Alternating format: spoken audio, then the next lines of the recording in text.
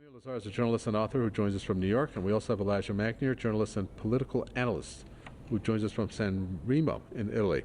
All right, welcome to you both. Elijah Magnier, first over to you. The U.S. is leveling accusations against China about wanting to build a military base in the Solomon Islands, forging military ties. Is that an accurate accusation, or should I say one that has any truth to it? Thank you for having me. I think the accurate description of this is a double standards. When Ukraine is told that it has the will to decide to have a NATO base or not on the borders with Russia, the Solomon Islands cannot have a security deal with China, which is not to build a military base, but has all other objectives, and represent a red line to Australia that is 2,000 kilometers away, and to the US that is 9,800 kilometers away. Now, what is valid for Ukraine is valid only for the US and its allies, and it's not valid for anybody else. That's one. Two, China is not going to the Solomon Islands to establish a military base because the Solomon Islands don't have a military army. They have a police, and China wants to reinforce the police and to enable it for anti-riot capability and equipment, and it has the capacity and the right to have a base or to have a good relationship with whoever country it wishes. So going to the Solomon Islands and have an opening to the world, and particularly in the South Pacific, it is an entire right. However, if we link that to the exchange of submarine that the Americans did and con France by giving Australia nuclear submarine and the intention to enable Australia to participate, to encircle China in the future and to put more pressure on China, we see why China is coming out of this circle that the Americans are trying to establish around it to prevent it from having access to whatever harbor it wants. Well, there used to be a time, Daniel Lazar, where things weren't as obvious in terms of developments. Things went on behind the scenes. But we just had the most recent statements coming from Anthony Blinken, the Secretary of State, in revealing really the truth behind the U.S. intentions when it comes to China. There's no ifs, ands, or buts about it. And Anthony Blinken says we need to stop China from advancing militarily and technologically because it has the capabilities of do so in order for us not to lose the world order that we have. What is the U.S. trying to do with China when all signs are pointing towards some kind of military confrontation? Well, the U.S. is trying to box China in, to limit its military presence in the Western and Southern Pacific, and it's trying to line up support among all the nations in the region, the Philippines, Taiwan, Japan, of course, South Korea, etc. So the idea is to create sort of a ring, a military ring around China to rein it in, to limit its geopolitical influence, and then undermine its economic influence as well. So China is trying to break free of that cordon sanitaire, which is why it's establishing relations with not only the Solomon Islands, but other islands in the Central Pacific. But I mean, as Elijah Magnier just said, I mean, the ironies are extraordinary, where the U.S. professes to be puzzled as to why Russia, would object to NATO bases in the Ukraine, yet the U.S. is raising a ruckus over not even naval bases, but merely an agreement between China and various islands in the Southern and Central Pacific.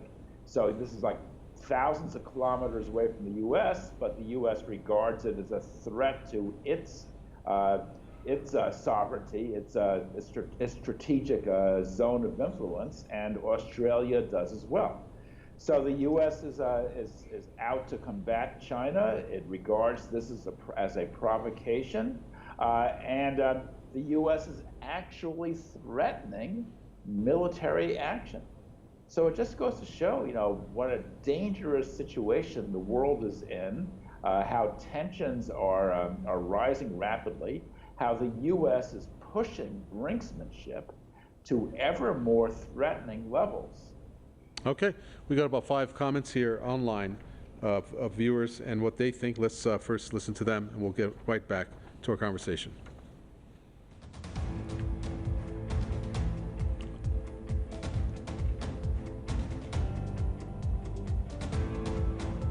Our first post: China is not mini-maxing land or sea power. They're gunning for both, with Belt and Road, land, belt, sea road, in Afro-Eurasia and Latin America. They're now focusing on making Pacific friends. Solomon Islands Security Pact, and this to resist AUKUS and Japan. Next post: America had reasons to be part of NATO and called it North Atlantic, then here in Quad, and assumed to be part of Indo-Pacific, but when China asked the Solomon Islands for a base, they all go wild. Next post: there is no prospect of any military base whatsoever in the Solomon Islands, so when you are done fantasizing, you may consider that China has not bombed the country in 40 plus years, while the US have ruined Afghanistan, Iraq, Libya, Syria, Yemen, etc., and are set to run Asia with their pivot.